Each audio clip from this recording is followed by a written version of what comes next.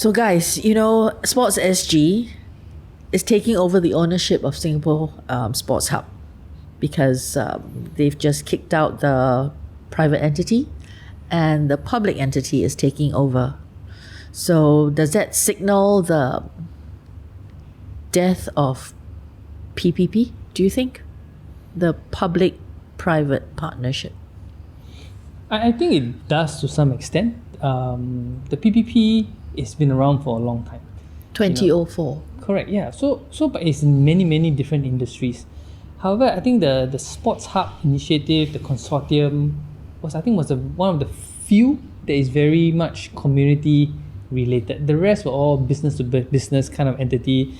You deal with one or two parties. Whereas for the Sports Hub, you're dealing with the whole of Singapore, different entities, national sports associations. There's so many different variables. So I think it was a challenge to start. But very strangely, the issue started from the onset. The whole stadium was delayed. They couldn't find the time capsule. So I think there was a lot of problems from the start, and there was a lot of red flags and issues. Nobody talks about the capsule anymore. Yeah, it was buried in the old stadium. I don't think it's been found. Ooh. Whose responsibility would that be? It would be the National Stadium, SportsSG, Sports Council. They buried it. So if the PPP do not work, which means the private entity do not function well, and it just knocked into my senses that it's no more a national stadium. We don't own it. Here, Kallang Stadium was a national stadium, but now it's called a sports hub. So which part of it is Singapore now? It was so privately run. I do not recall, even at pre-COVID, that you have community functions there. It's too expensive, because it's for-profit business. It's built to have big events like maybe international football or the tennis. WTA. Yes. And if you run these big events, you sell tickets. You can sell tickets for really expensive, and people would buy to see tennis players, international tennis players like Serena Williams coming here to play. But if you let it out to some, I suppose, community event, I don't think anyone can afford to pay to hold an event at the Sports Hub. But if it's going to be a PPP, should not there be a social responsibility to hold that Singaporeans would be able to own part of it? I mean, it is still, even though it's a PPP, it's still government's injection of investment of funds to run that whole project, right?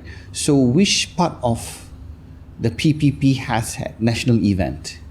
I think part of the deal, okay, so we all know the PPP was for private sector to invest, and then the government comes in to guarantee usage. And I think part of the PPP was also community related events. So you see Sports Hub, the Sports Hub consortium running what we call sports experience programs that they run under the Sports Hub banner, not under SportsSG.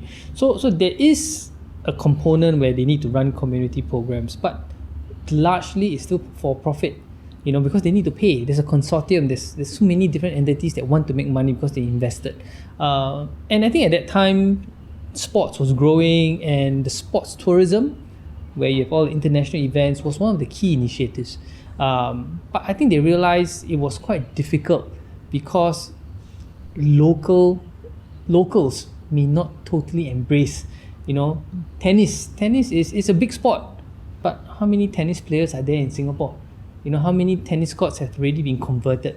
So I think there was an issue in terms of sports business, sports tourism, and how that income from those few events can actually cover the cost where they can still run community. So it was a struggle from the onset. And we had the issues of the stadium being suitable for certain international events like the field. There was so much issues with the field. The particular type of grass and not enough sun. So there were so many issues. First, the stadium, you couldn't find the time capsule. The stadium was delayed in the construction. Then we had issues with the grass. Then we had issues with trying to get people in terms of sporting events. So there was a lot of issues. So I think the partnership or the whole concept had a lot of trouble. So, I mean, it sounded like the whole construction was compromised just to fit in the budget or to fit in the delay, delay costs. There's so much cost to it. But do you think it was compromised? That's why we do not have a completely good design or architecture to it. What's so unique about it when you don't even have the sun coming in, or when there's not enough sun? I mean, there were many proposals, many models. Even in Japan, they had the whole retractable grass patch that can go out, get some sun and come in. And the grass was supposed to be high tech. You lit a little bit of lights, then it can grow. I don't know. I wasn't there, but from what you've read, I used to see them putting artificial lights trying to light up the grass. It was just patchwork after patchwork after patchwork, which didn't help. So in short, it was not really a thought through process for the so-called the intricacies of it. I don't think we can say whether there was any oversight. There must have been the government body advisors and stuff. But I think the key checks and balances could have been better. Whenever there was a red flag or monitoring of the whole program. I think SportsHub was conceived at the height of the sporting excitement in Singapore, where we were investing in the Committee on Sporting Singapore, we were doing this, sports excellence, everything was being done. And the stadium was supposed to be the pinnacle of our heart of Singapore sport. It was supposed to be moved, but I think the government said, nope, we're going to have it there because for the longest time, Kallang has always been the heart. So I think historical reason, it remained. So we have it there. But I think there were a lot of issues. We have the grass issues. Then it was a very costly project, and the stadium was delayed. They couldn't settle from financing. I think we talked about the whole financing project was a very complicated project. So there were a lot of issues, and it wasn't a national stadium. It was a for-profit facility which was required to run certain amount of community programs. So I think the whole mindset was different. The mindset, I guess, it's to run large events just for revenue streams. But these large events did not come. Like big names, big sporting names per se, even big names for concerts. But they never came. Because there was issue with the audio. There were so many issues from grass to audio. Sorry, I keep harping on the issues, but they were very public. We go for concerts that you can't hear. So they had to hang additional speakers just to get the sound properly. So I think there's a lot of issues, and it was downhill all the way for the stadium. So it was not an oversight, but then again, right from the beginning, we missed the capsule. Then there was the grass patch. Then there was the audio issues. Then, So, was it a rushed job? I don't think it's a rushed job. It's more like everything is planned. For commercial sake. It got delayed. The SportsHub business model is not actually designed for social service, social community events. So from that onset, I think it's not working. I have a scenario which I want to paint. If you look into ASEAN games or Asian games, right? Thailand, they have produced such great sports talent. Malaysia came out with good talent. Then we have, I'm not sure about Philippines, but like 5% of the national population or the youth, right, was extracted from the so-called the school or the zone events or the area events, then brought to national stadium of each country and be trained to become a professional athlete. So that was the picture I had in mind when we have the Sports Hub. It's like we have all these zonal champions all these teenagers, extracted, then put into national stadium, what I call courses or just training session to become professional athletes. That should be a national product. They should be producing national product that we can market during our sports events or international sports events. But that doesn't happen. So if that's not part of the plan, then why have such a big hub? Might as well we remain with the old one, where it's more warm and more welcoming and cheaper to use. I think that got me thinking, like what you said. I mean, cheaper, you know. Yes, I think we are actually bailing out this consortium, you know, by taking over. We are actually bearing the cost, not only for maintenance, operations, but running of future projects. You know, yes, we want to take over, but for the longest time the stadium has been around, we have been running our programs. You know, yes, maybe we can't use the sports hub, but we were running it and we were growing. And over the last few years, sports from an excellence point of view has done very well. You know, we've been doing very well in international and overseas competitions. But training was not done there. Training is done, but of course it's buying of time, buying of access. So we are talking about, okay, the sports hub is a stadium, but you have your halls, you have your offices, you have your Institute of Sports, you have a lot of ancillary amenities and resources there. But now SportsSG says, oh, we're taking over because we want to do more community sports. Fine, I think we welcome more community activities. It's a recognition that the consortium isn't doing enough or up to standard according to what SportsSG feels. But now it's a cost factor. You know, you are buying out or agreeing to pay them that the amount that they would have they would have been earning as part of the agreement, but then we have to take over all the costs. So it's the cost. And who's going to cover the cost? We know that there is another company being set up to take over from the consortium. Who's going to run the company? Where is the funding going to come? And if it's a company, is it going to be run for profit?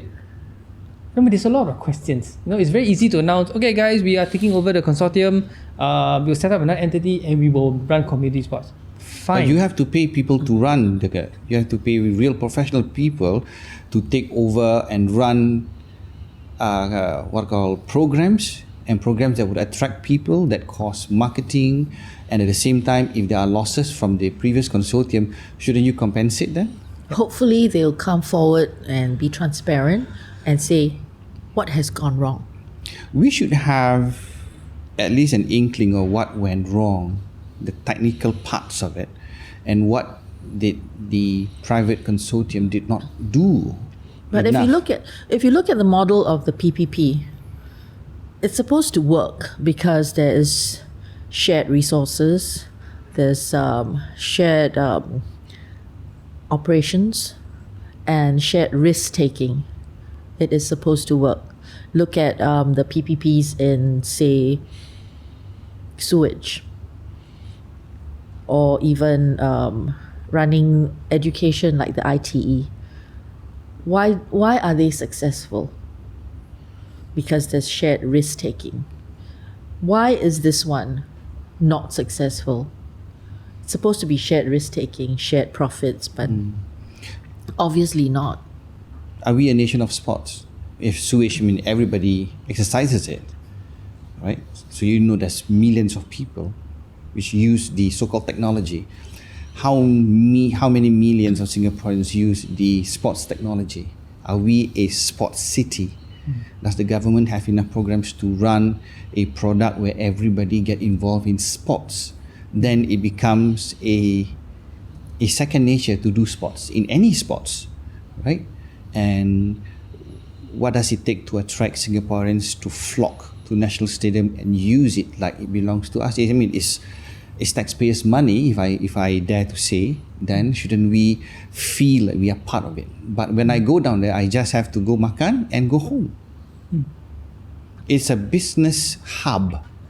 It's a shopping hub. It's a restaurant place. So which part of it is a sports city? What comes to my mind is this a bailout? Should it not be a bailout? It shouldn't be. You know, you have a private entity who agreed to run the sports hub, bear the cost, and if they are not able to, from a business perspective, make a profit, They should be taken to task. or be allowed to fold, you know. Yes, there are questions about, hey, community sports life, but we have been functioning without any direct hand-me-downs or programs from the SportsHub consortium. So it is a bailout, and if it's a bailout, I think like what you say, we need to know why, what went wrong. You see, when we propose a project to the higher ups or to the government, right, what are the things that we must do? We must be economically or financially stable, one. Then we must be able to prove that we have enough manpower to run operations, two. And programs, all part of the objectives. I'm going to run A for first year, B, C, D, and follow through, right? Now, which part of that program or that programming was not performed? I mean, we need to go back to the books, right? So if we know what they did not do, then maybe we should all not make the same mistake. Then we all can support if they need our support. If they do not need our support, why must I call it a national stadium anymore? I mean, as much as they call it a sports hub, deep down in a lot of heartlanders, it's still a national stadium. Right? We still call it, Kallang a national stadium. We don't call it, sports hub. No, we don't do that. So the ownership is still there, just embedded right deep in our hearts, that it is still part of our history. Now, So I need to ask, do you think the government should be responsible and accountable for this from the start to the end? I think yes, because it is a government, they are part of the partnership, you know, and their part of the partnership was the land and the confirmed engagement, you know, how many, $200 million. I think that, and being the government and being, like what I say, it is a national stadium for the country, for the community, they need to ensure that the private entity delivers on what they're supposed to deliver. You know, I take them to task. I give you this example. If the government have time to put anyone who doesn't wear white under the microscope and see all blue at fault or not, right? Why can't they put these people under the microscope and say, why did not you do this from time to time? Where are the check and balances? Where are the preventive maintenance from an so-called a structure collapsing, right? What happened to the check and balances from time to time? Yeah. So these are the things that we need to know. Why is it not done?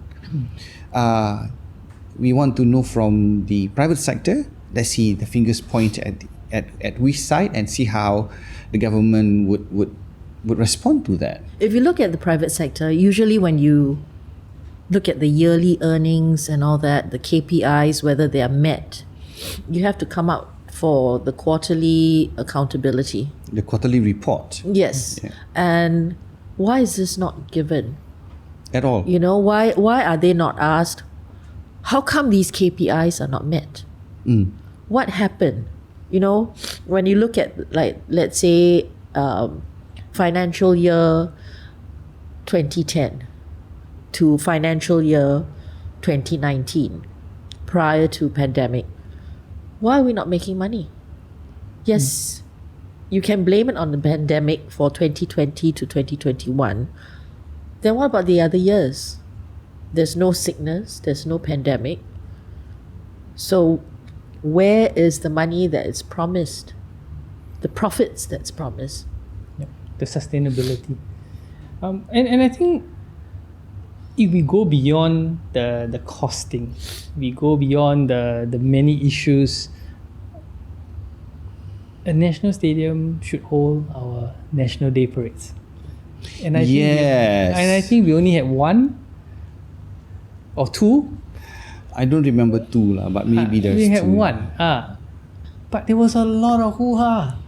You know, you can't see the fly past, you can't see the fireworks. There was a lot of issues. Yeah. But I think it's about managing. managing Singaporeans. And managing expectations, right? If you do it at the Padang, there are certain limitations that you can't do. If you do at the floating barrage, then there's limitations you can't do. If you do at a stadium, of course you can't see fly past, but there must be creative alternative. That's why you have the creative director for it. Correct. So why is it not used? Because they don't allow us to use national stadium like that. There were a lot of issues. Yeah. So the question again, we can't even hold our National Day event there. So there's a lot of issues lah. So the first question that I want to raise, if there is an open queries about this, like, is SportsHub a national stadium? Yes or no, period. Then we can decide from there how to question the next round, like that. It is the national stadium. So what's the next lap? So next lap is a private entity taking over. Private entity run by who? We do not know. Owned by SportsSG or MCCY. But let's have this accountability. I think checks and balance is important. All national sports associations have multi-year plans. We submit budgets. We have KPIs. Let's have a KPI for this. Audited at the same time. Yes. So let's have a clear and open plan. For the disabled, there was a disability or an enabling master plan. We need a plan. We have Vision 2030 for the growth of sports, from participation to elite level to fitness levels. Let's have a plan for this sports hub. Vision 2030 was good in terms of software, national goals. But let's now, as a national stadium, how can it transform? Because it's millions and millions of dollars Had gone going into in. it, yes. Yeah, and it's just going to be expensive, to maintain, to upkeep. And is running community sports the best alternative? Can we make back our money, or is the government going to say no? Or is the company that's going to be running it say no? We are going to lose money. We are not going to make money. Then my question would be, how are we going to sustain? Because the private sector, the PPP, was supposed to cover all these costs. The government or Singaporeans or taxpayers, I don't think, was supposed to be held liable for the cost of maintenance and operating. So by taking away this partnership and giving it to a government-owned, I hope it's government-owned company to run it, where will the money come from? Where will the money come from? And if they're not going to be making money, unless they can tell me or tell us that community programs will make money, why couldn't the consortium do it? So we don't have critical mass for it. Yeah, the budget for the year is already been settled. Yes. So where is this money going to come from? Are we going to take from the coffers of this year's budget to fund this, or are we going to look at next financial year, and then we must see what's the line item? No, how much I think money that is being put in. It should come from the next financial year. This year's budget has already gone into bonuses. No, but then if you look at it, they're paying the private entity to leave. So where did that money come from? Yeah. Because there is no profit. And when that money goes, where's the money coming from to run this place for this second private entity to run the place? So let's wait and see. I'm looking forward for a more transparent notes to come our way. I think definitely. I'm keen to look back at history, look back at the inception of the Sports Hub, the problems that went ahead, how they overcame it, the change in leadership. I think there were a lot of leadership that were changed. The consortium kept changing the GM or whatever. Community only came about when I think last year or a year before, I think FAS and the Sports Hub managed to agree that, hey, the national stadium should be the national training ground or facility for the national football team. Then we started to see a lot more sports activities. So I think there were already signals there that it took them so long for FAS to finally have a home, home for football, So issues lah. So let's wait and see. I think we can do a little bit more research into this issue. Hopefully get answers. Hopefully the public will ask for this. And I take it as a learning. Like you said, we need to find out and not make the same mistakes. And I don't think the PPP partnerships is a wrong thing. It works. It's just how we apply it, how we manage it, and how we monitor it. So let's hope. Let's hope.